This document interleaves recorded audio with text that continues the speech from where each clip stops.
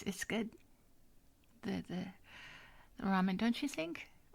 I used the idea from those ingredients you were talking about, the recipe that you were talking about, the fresh ginger and the dried shiitake mushrooms. It was a good idea. I have been paying attention, you know, in all of our conversations, all these little details that you share. It's been 3 weeks already.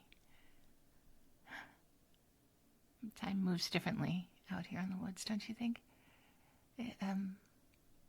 Away from all the things in the city that distract us, the noise and the people and the other people.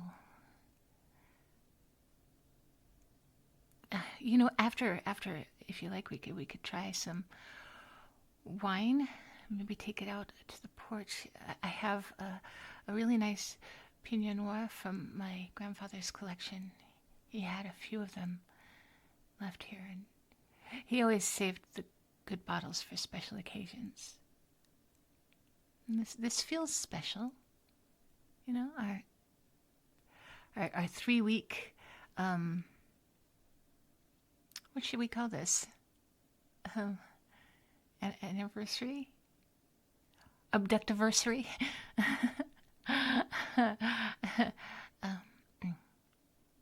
I'm sorry. That was terrible. Oh, you smiled. That's a real smile too, not just one of those polite ones that you gave me in the first week. Progress.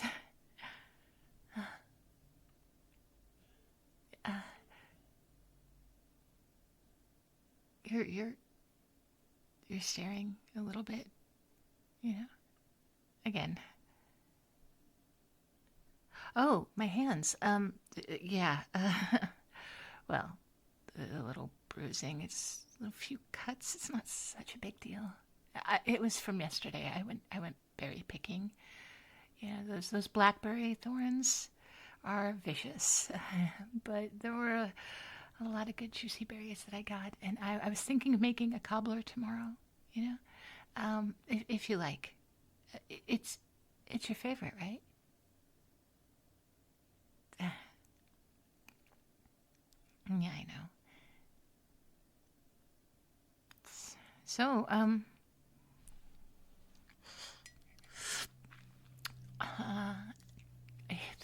3 weeks tomorrow. It feels longer. I mean, in a good way. In a good way. I mean, like we've known each other much longer.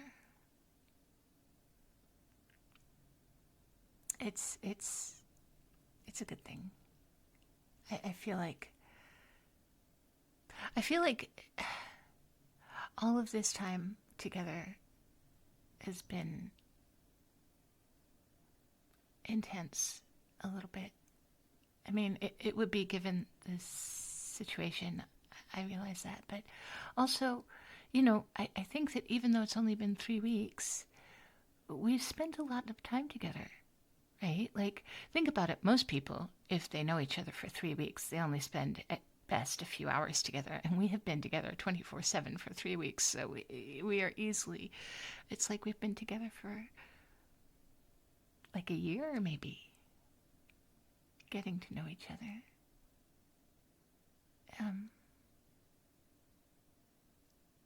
I was thinking, I was actually thinking about candlelight. Candlelight makes everything feel so much more intimate, doesn't it? I found these candles in the attic, beeswax, so they burn cleaner than the regular ones. But I wasn't sure how you would feel about a candlelit dinner. Okay, well, maybe next time.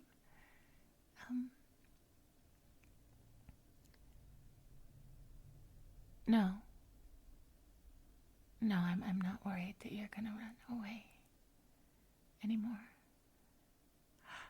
You've had plenty of chances since since I took off your restraints, and the other day when we were chopping wood, the axe was right there, and the keys to the car were on the hook when I was in the shower. And even my phone that time, I know that you checked the signal on my phone. 4 bars. Not so bad out here in the middle of nowhere, huh? But, I mean, good enough that you could have called for help. But you didn't.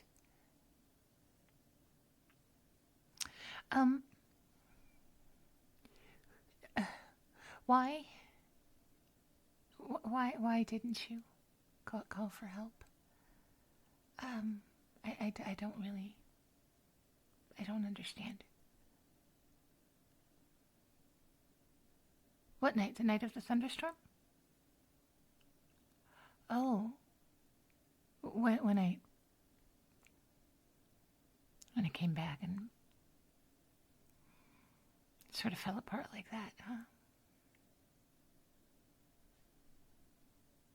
That was nice of you. To hold me like that. That changed something, didn't it? That changed something between us, I think. Maybe I'm wrong, but I thought so. I like watching your face when you eat sometimes. When you eat something I've made. All those little, micro expressions that you make, like when your eyes like widen a little bit, when something surprises you, or that little furrow between your brows that you get when you're thinking, that little furrow. Like right now.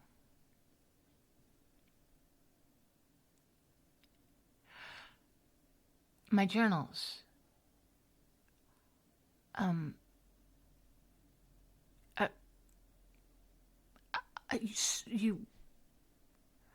How did you,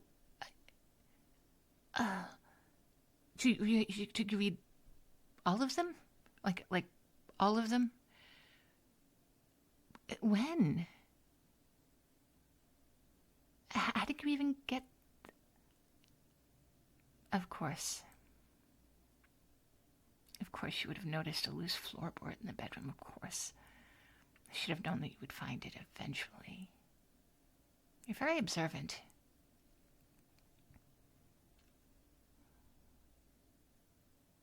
And now you know everything.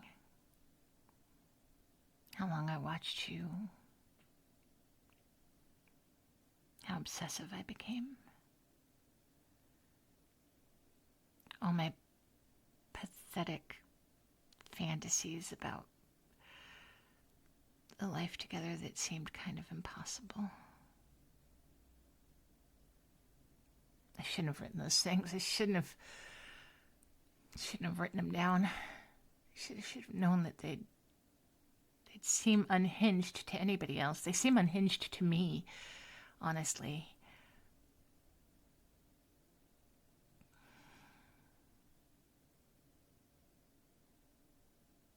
Human. Just human, not crazy. That's generous of you, considering, how we ended up here.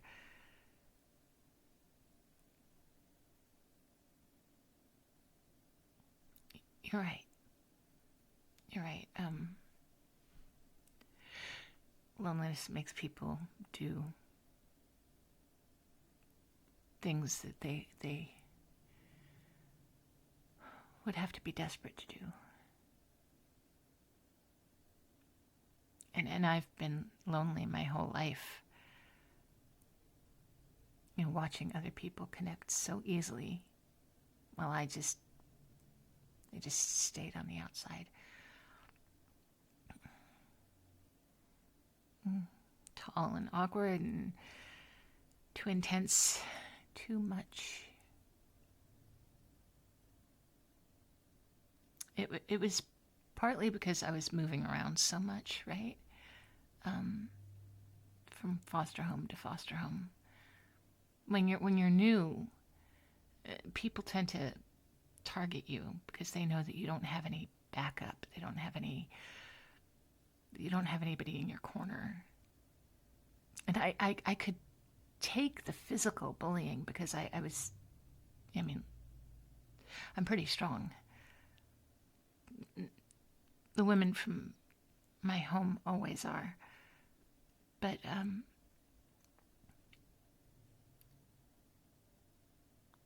being emotionally separated from everyone was that was harder. that was a lot harder.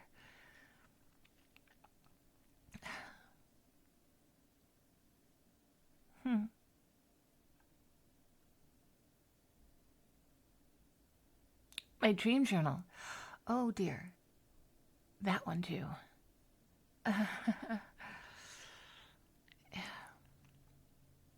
Yeah. I dreamed of you leaving. And I didn't even try to find you. I let you go. It scared me when I woke up because in the dream I was okay. I was sad. I was devastated even, but I was at peace with it. Like part of me knows that it's not sustainable. That this is not sustainable. I may be crazy, but I'm not stupid. I know that real love can't grow from what I did.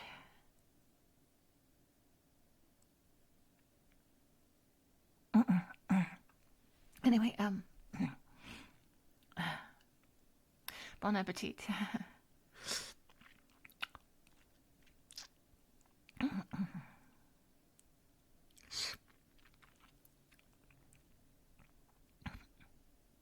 There's something so very intimate about sharing food, isn't there?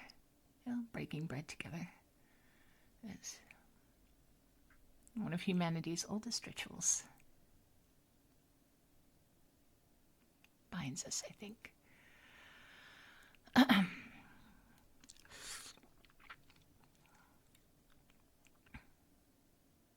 Oh, yeah. Maybe Stockholm Syndrome. I've thought about that too.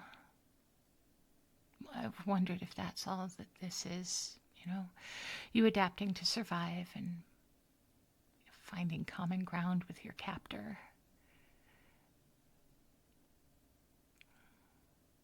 But then you do things like you make me coffee in the morning, or you fix that leaky faucet when I was struggling with it, and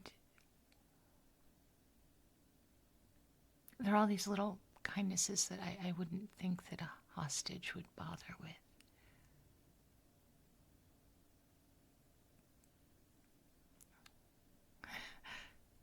Maybe we're both a little broken, Maybe that's why I feel like there's this strange connection, and it feels like it works. Like two puzzle pieces with bent, damaged ends, but somehow still fit together. I heard a car yesterday down the main road, and it was the first time for weeks, and for a moment I thought maybe you'd called someone after all, that they were coming for you. And I was ready to let you go. I had this whole speech prepared in my head, just ready to say goodbye, and that I wouldn't fight it But then they drove right on by, probably hikers. And I felt relief, but also a little disappointment. Does that make sense? Oh no, it's not that I want you to go. And sometimes I wake up in the middle of the night and I just watch you sleep. Not in a creepy way. I just... Okay, well, maybe a little creepy. But it's more like I do it to look for signs of distress. Wondering if you're having nightmares about being trapped here. Or if in your dreams you're running away from me.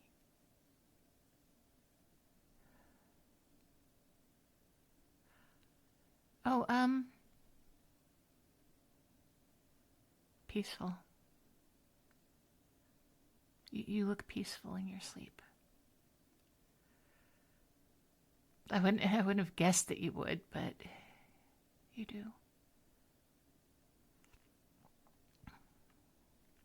My sleep has been more peaceful. I used to have nightmares. I would wake up screaming sometimes. It's not since you started sleeping in the same room with me.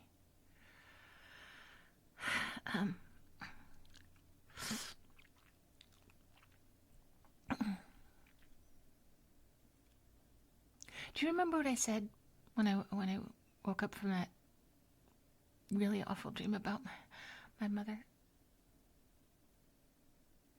When you said that when you said that I wasn't alone anymore.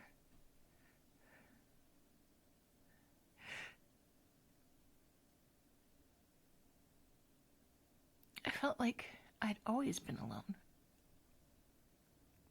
I felt like I always would be alone. And I told you that. But it wasn't true. It's for the first time ever, I felt like I'm not. But I didn't want to pressure you. I realize the irony of not wanting to pressure you into staying when I'm the one who took you here.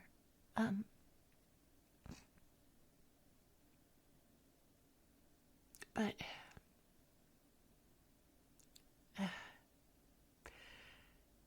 I don't know. I suppose I feel like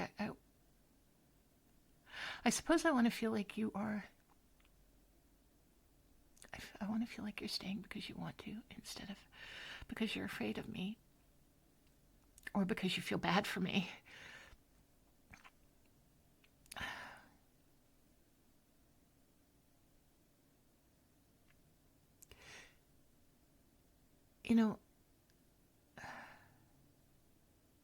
That woman from the coffee shop, I haven't thought about her in days. Honestly, she seems so unimportant now, and yet she was the catalyst that brought us here. But that's all she was a catalyst.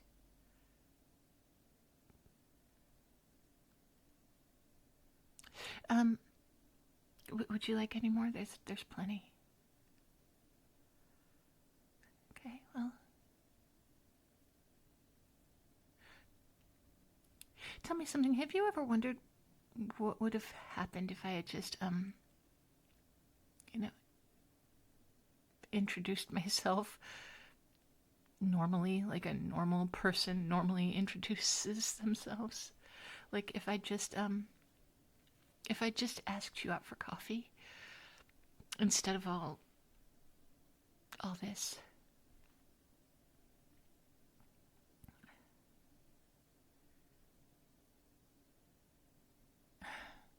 And when have I ever done anything the normal way? Life has never given me a normal path. I don't think I would recognize one if I saw it.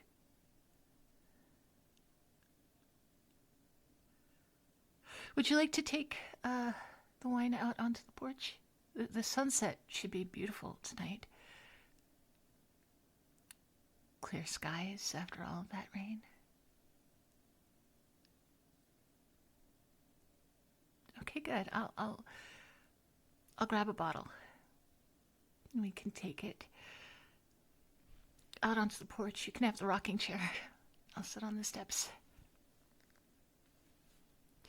The sky's going to be all filled with pinks and oranges tonight, like the world is on fire, but in a beautiful way.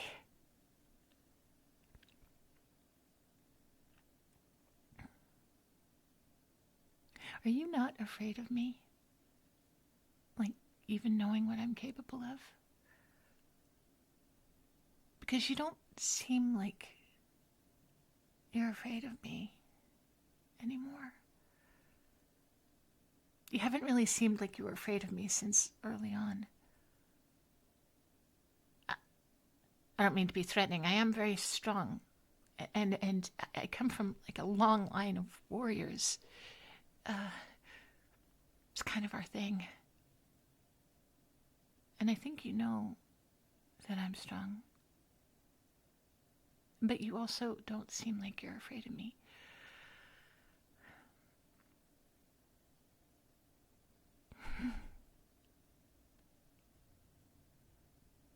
That might be the nicest thing anyone's ever said to me. And also the most frightening because, let's face it, I haven't exactly done anything to deserve your trust.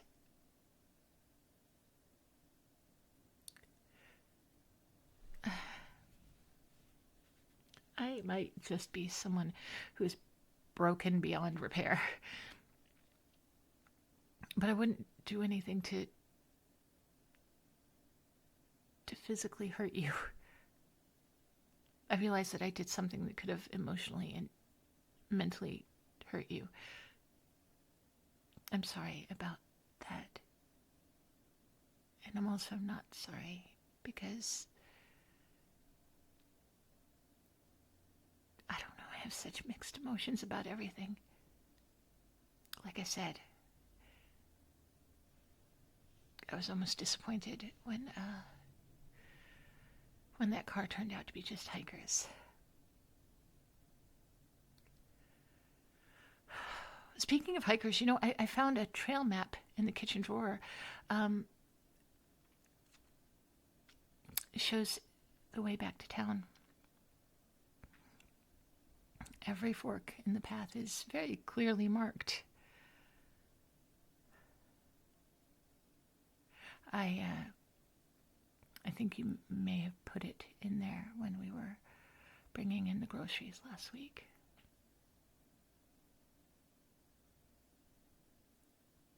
I left it there. I didn't say anything about it.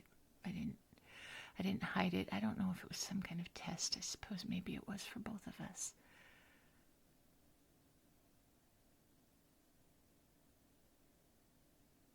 Yeah. I am afraid that you'll leave. Still, even if I would be a little relieved. Every day, every moment, that fear is still there. It just never really goes away. It just sort of changes shape. At first, I was afraid that you would hate me forever. And now I'm afraid that you will wake up one day and realize that this wasn't really a choice that you made freely. That whatever feelings you have grown between us and whatever trust is developed, it's entirely tainted by how it began. And you'll realize that it is just Stockholm Syndrome. Which I think is why I was a little disappointed when the car just went by. because I'm afraid of us getting closer and closer, and I'm afraid of feeling like this is all real, and then one day you pulling it all out from under me.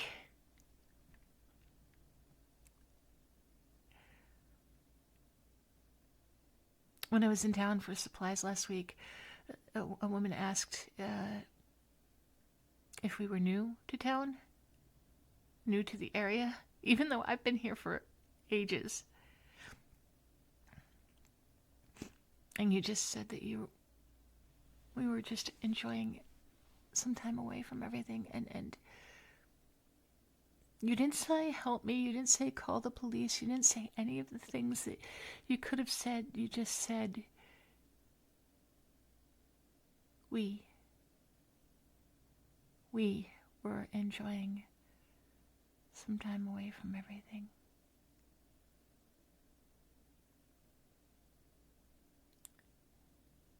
I cried myself to sleep that night. I mean, happy tears and grateful tears, but also confused tears, because who finds their person this way, right? Like, what kind of love story starts with something that's so wrong?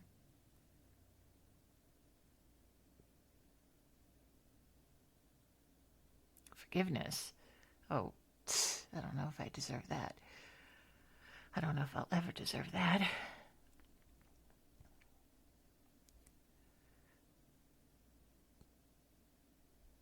Do you think I could sit beside you when we go out on the porch?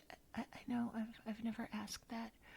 I've always tried to keep some distance, like, some barrier. Like, I felt like I didn't have the right to be close without an invitation.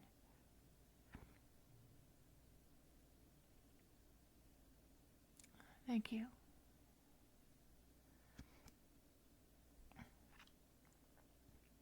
Sorry, what?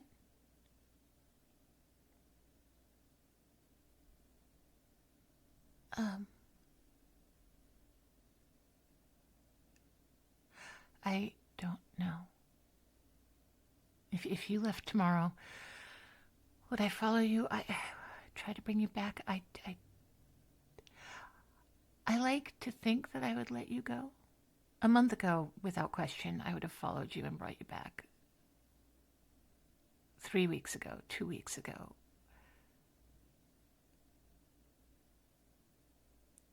I like to think that I'd let you go.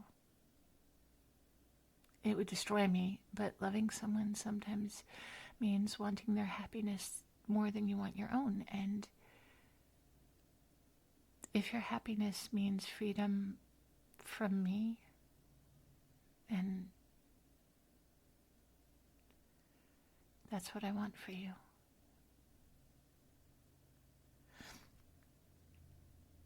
It's getting dark. We should probably head out if we're gonna catch the sunset.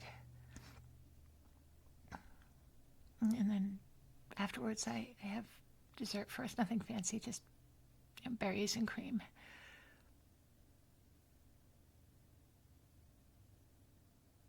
Yeah, yeah. We can stay out and watch the stars come out fully. I think I'd like that very much.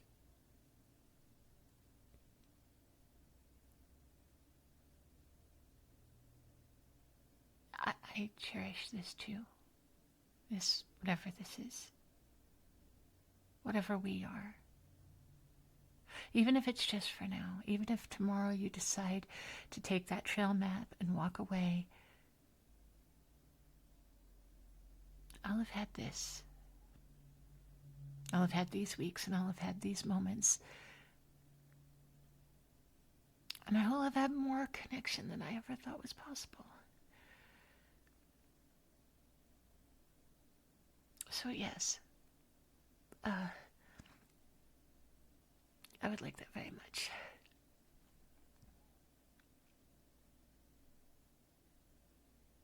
Thank you for seeing me. I mean, actually seeing me. Beyond that monster who brought you here, beyond the broken pieces, the me that I'm still trying to understand. myself. Thank you. Now let's go get that wine and take it out onto the porch before it's too dark.